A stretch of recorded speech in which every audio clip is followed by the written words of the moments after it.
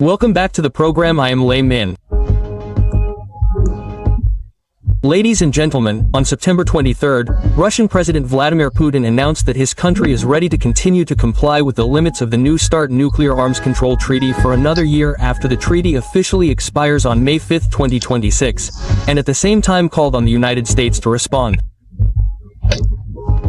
Previously, inspection activities within the framework of this treaty were suspended due to the COVID-19 pandemic, and Russia also temporarily suspended its participation from 2023. This is a treaty signed in 2010, effective from 2011 and extended for another 5 years in 2021. It clearly stipulates the nuclear weapons ceiling of each side: a maximum of 1,550 warheads, 700 launchers and deployed bombers, and 800 launchers and bombers including those not deployed. If the treaty were to collapse completely, the world would see a dangerous period of unchecked freedom where both the US and Russia could race to expand their nuclear arsenals. And President Putin's move was not simply impulsive, but a strategic move wrapped in 3 layers of calculation. We will analyze it specifically. The first layer is that he wants to buy time and lock in the disadvantage. With the weapons ceiling maintained, the US will not be able to accelerate the development of its nuclear arsenal immediately after the treaty ends.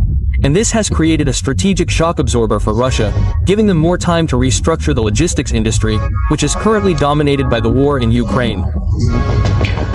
And during that time, Moscow can focus on rationally allocating existing warheads and launchers, optimizing combat readiness as well as maintaining the initiative if needed to break out later.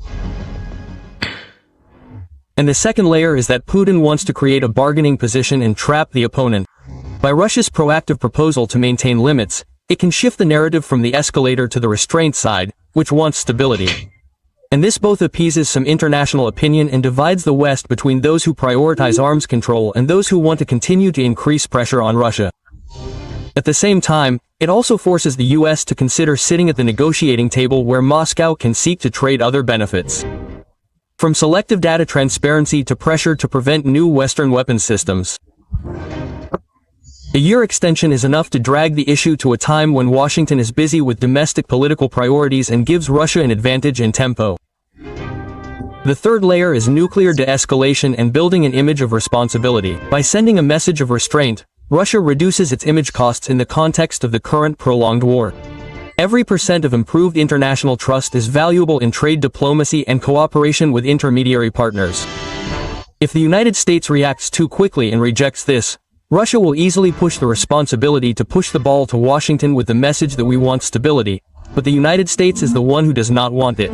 Meanwhile, the United States itself deliberately responds slowly to avoid being led, while at the same time maintaining the initiative in setting conditions, determining priorities and maintaining alliance solidarity.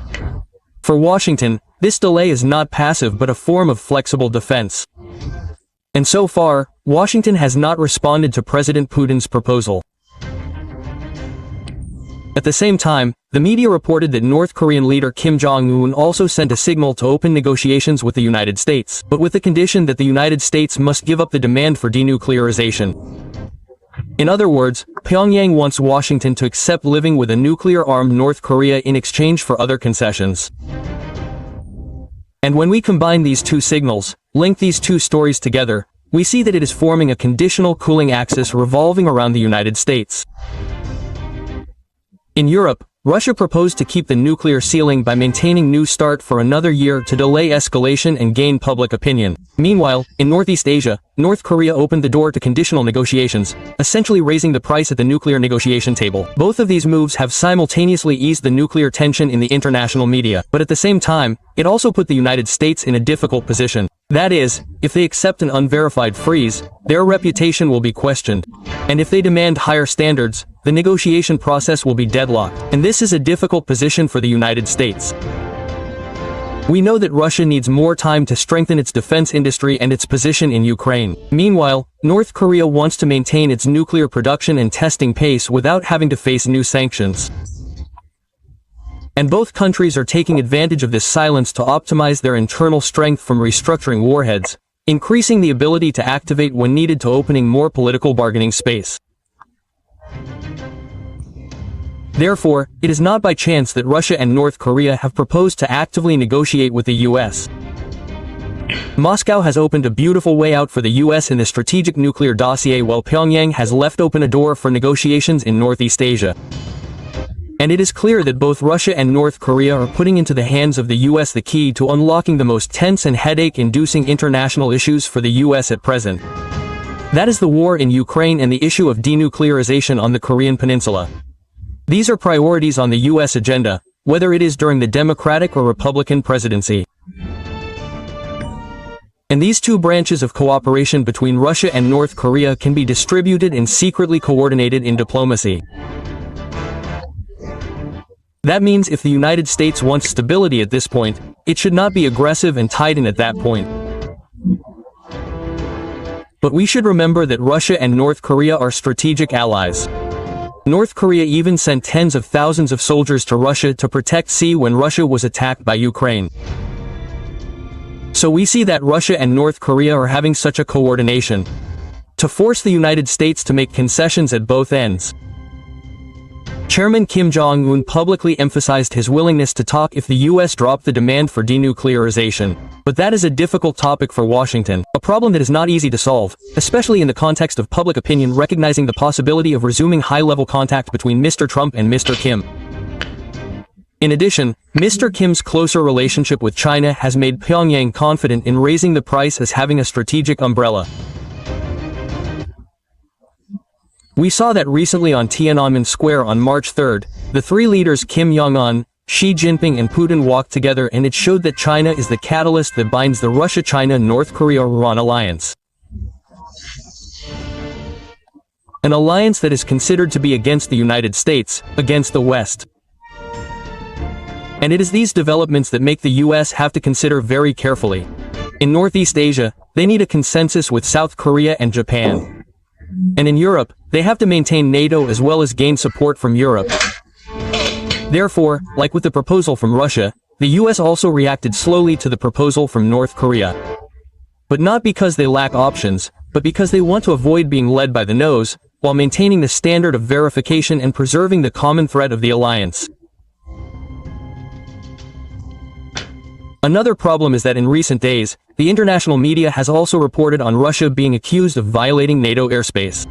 Specifically, Estonia asserted that 3 Russian Mi-31 fighter jets had flown into its airspace for about 12 minutes, forcing them to convene an emergency consultation meeting.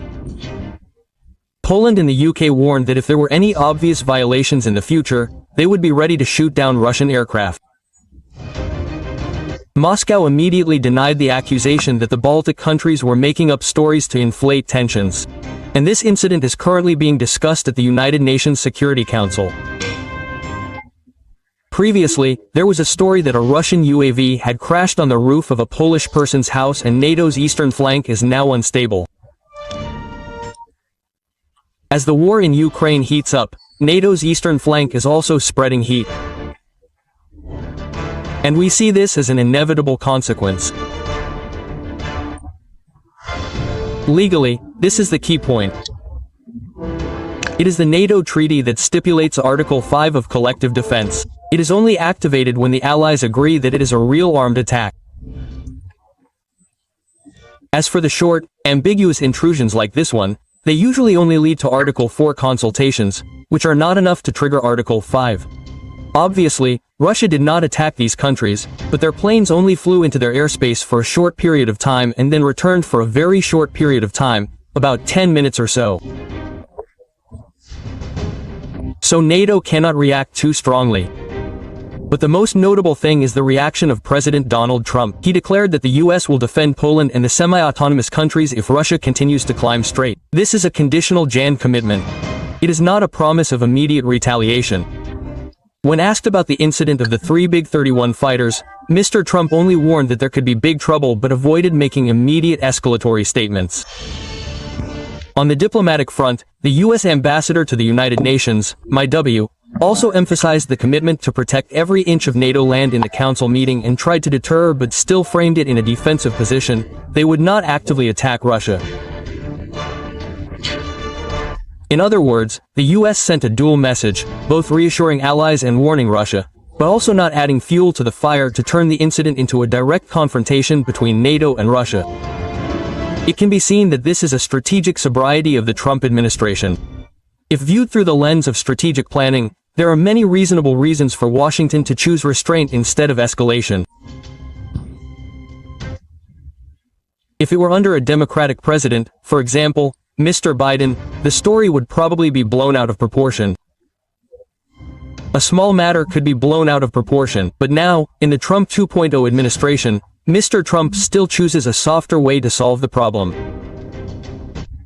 Trump understands that on paper NATO has a very large total force, but the ability to deploy it immediately is a problem.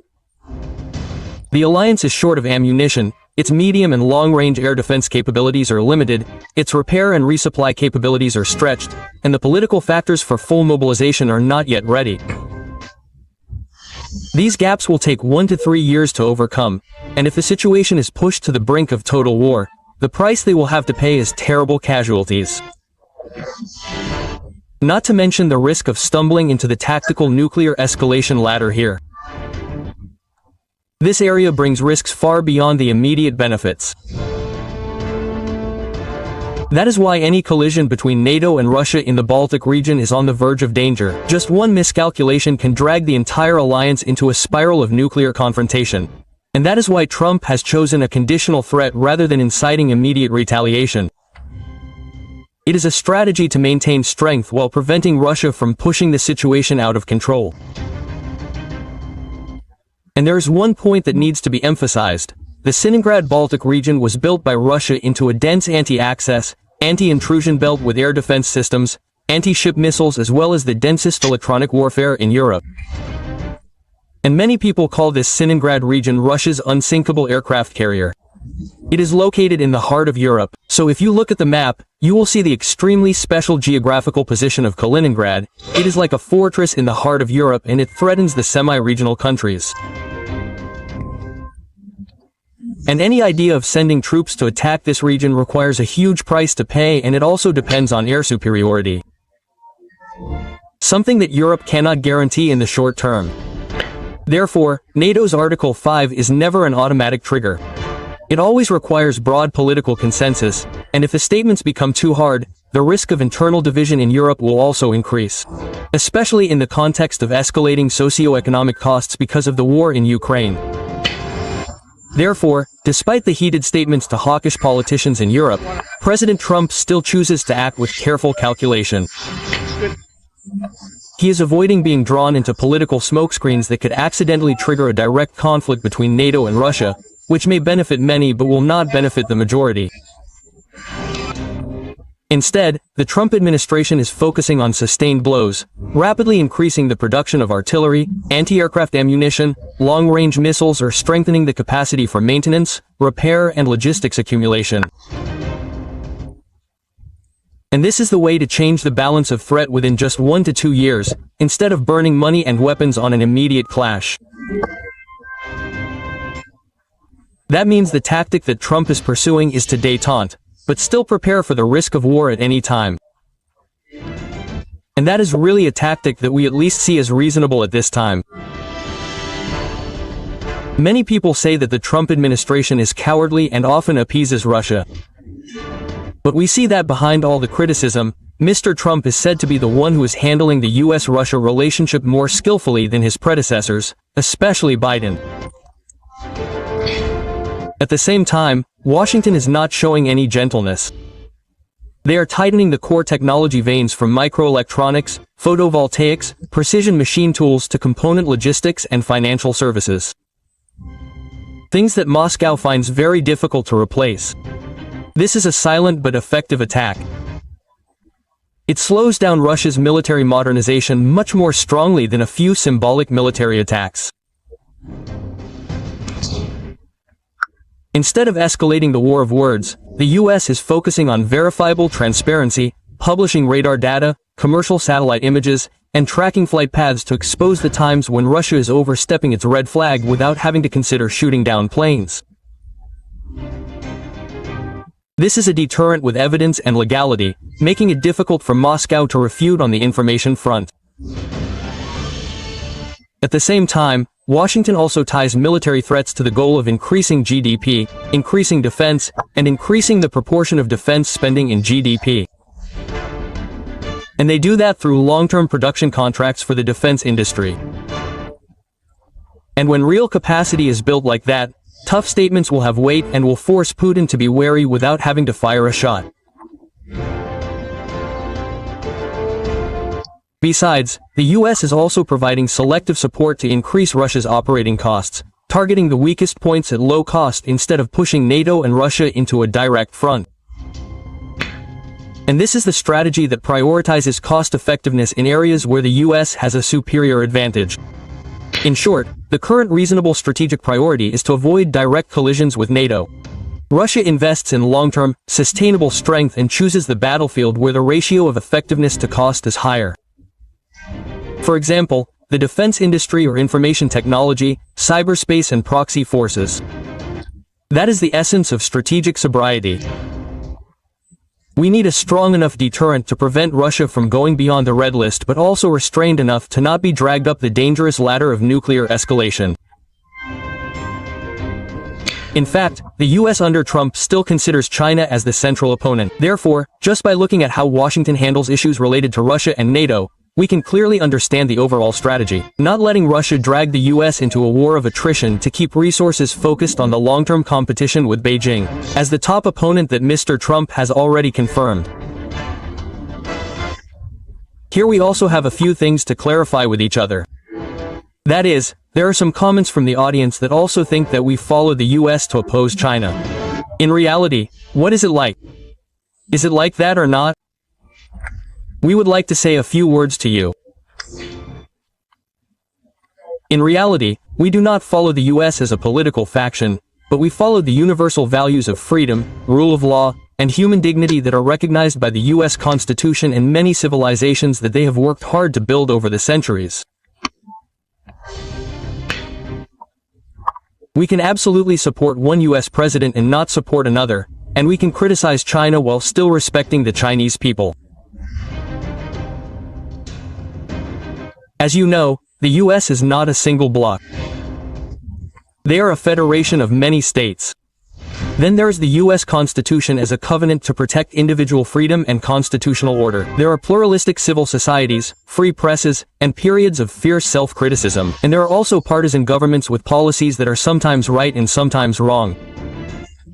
And when we say we support America, we really mean supporting the set of principles that America, at its best, has strived to maintain. It includes freedom of speech and individual conscience. It includes the rule of law, limits on power, private property rights, freedom of association, freedom of religion, or free markets coupled with social responsibility. And we also think that we have the right to criticize the moments when America strays from those standards. When it intervenes militarily, is not prudent, when it expands surveillance of citizens, or when identity politics fractures the space for discussion. So supporting America, for us, has never been about unconditional support. It has been about principled support. And it is that principle that allows us to say no to an American government if they betray the values promised by the American Constitution.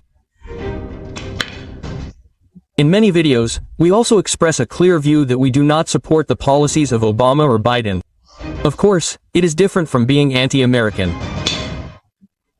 This is not a personal worship or criticism, but an accurate assessment through the prism of values, and we judge things, not people. We always respect such a principle. And the reason why in many videos we express support for the current Trump administration's policies also starts from that foundation of values. During his term, the priority stance was to threaten and punish and bargain instead of starting a large-scale hot war. It is consistent with the principle that human life is paramount.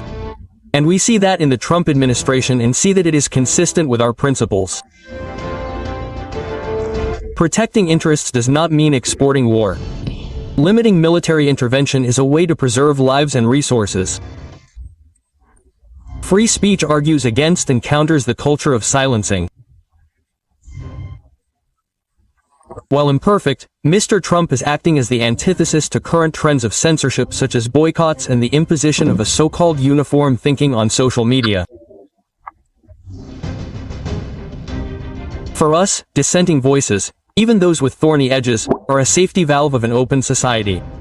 At the same time, the strategy of focusing on countering China with economic and technological leverage instead of opening up a military front is also a more cost-effective way to protect the rules-based order.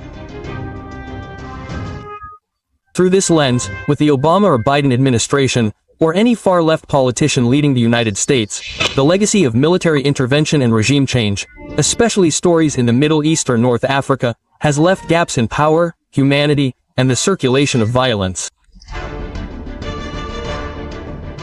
The noble name does not justify the costs to ordinary people.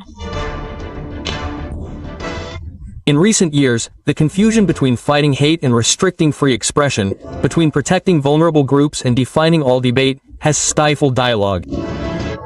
When governments or political ecosystems appear to be indulging such trends, we cannot support them.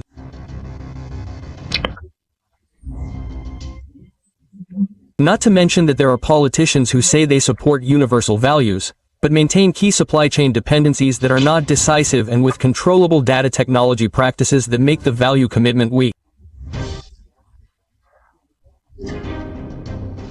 In short, Mr. Trump is more in line with the set of standards we set at the time of the assessment. In particular, those 2 points are limiting military intervention, limiting war, and prioritizing economic and technological competition with China. This is a value assessment, not a partisan assessment. As for the accusation of defaming China, we also need to clearly distinguish between the Chinese people and the ideology of the governance model.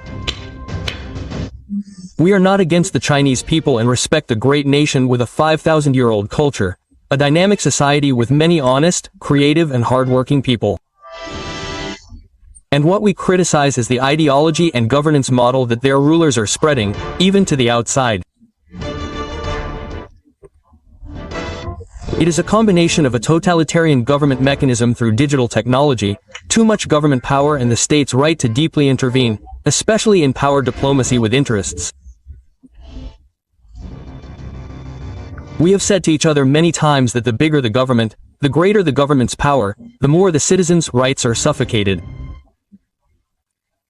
The sad thing is that all over the world today, government power is following the trend of China, especially in countries that have close relations with Beijing. So criticizing that model is not to speak ill of China, to belittle the Chinese people, but to defend the values that make up human dignity. The sharper the criticism, the clearer the line between respecting the Chinese people and rejecting the model imposed on it. Why does the rest of the world increasingly consider China a threat? It is not because of propaganda but because of experience. Ladies and gentlemen, there are 2 ways for a country to become a threat in capturing others. Either being defamed by propaganda, or creating negative experiences that make others feel that their right to self-determination and dignity are violated. And in the case of Beijing, the Beijing regime in recent years, experience is a decisive factor. For example, in the cooperative relationship with China, the partners realize that they are locked into a one-way chain. Technical standards and component valve data are out of control, leading to the loss of their right to choose. Major projects are negotiated behind closed doors, confidentiality clauses are planted, local laws are pushed aside, and people lose their right to supervise. Even academic institutions such as universities and newspapers feel the forbidden zone is expanding. Scholars are afraid to research sensitive issues, and media adjust themselves according to invisible standards set by Beijing. And when these experiences are repeated, the wariness of China is no longer a product of propaganda. It is formed from the self-defense instinct of society against the risk of losing freedom and democracy. When we have videos supporting Mr. Trump in not expanding the war, many people sarcastically say that is pro-Russian, right? Absolutely not. Strategic intelligence lies in choosing the right battlefield. Countering China with technological competition, supply chains, and data standards is much more effective than military clashes. Protecting the rules-based order with a standards alliance. For example, this technology safety, personal data protection or public sector transparency. It is more practical than the call for liberation. Reducing nuclear risks by freezing, minimal transparency is wiser than pushing the world to the next level of escalation. So we can say that we are not following the US, pro-US, but we only consider the US Constitution, based on reason. When the US follows its constitution, they have qualities that we must learn. When they deviate, we also have the right to criticize like criticizing anyone. We are not here to speak ill of China, but we also have the right to criticize their imposed model. We respect and love the Chinese people, but criticizing a control mechanism does not mean hating an entire nation. Peace, freedom, and the rule of law are an inseparable triangle. Peace will not last if freedom is suffocated by bombs. Freedom cannot last if the rule of law does not stand firm, and the rule of law cannot last if power is not controlled. History shows that nations can only truly develop when they put free people and the rule of law above the pleasure of power. If one day an American leader, including Mr. Trump, deviates from that, we will not hesitate to criticize. If one day China chooses a model that respects individual freedom, transparency in the rule of law, or openness to debate, we will also support them with all sincerity. Because we do not support any government or individual, but only values. And because humans are born free, and freedom is not something to be bargained for. I would also like to share a few sincere words with you. So, of course, those who have followed our program for a long time will see that we are like that. That is all our thoughts expressed in language and words. We are not here to criticize, speak ill of anyone, or refute anyone to gain any benefit for ourselves. We just want a forum where we can, as our name suggests, new knowledge, learn about knowledge.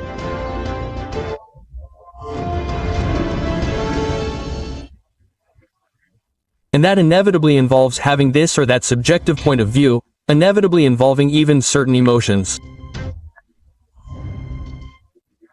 But we do not do it with any hatred or political aversion. We exchange freely and pursue knowledge, pursue academics. I believe that this forum also brings you many of those feelings. Here we talk about international political stories, world political stories, but we are not politicians and we do not have that desire.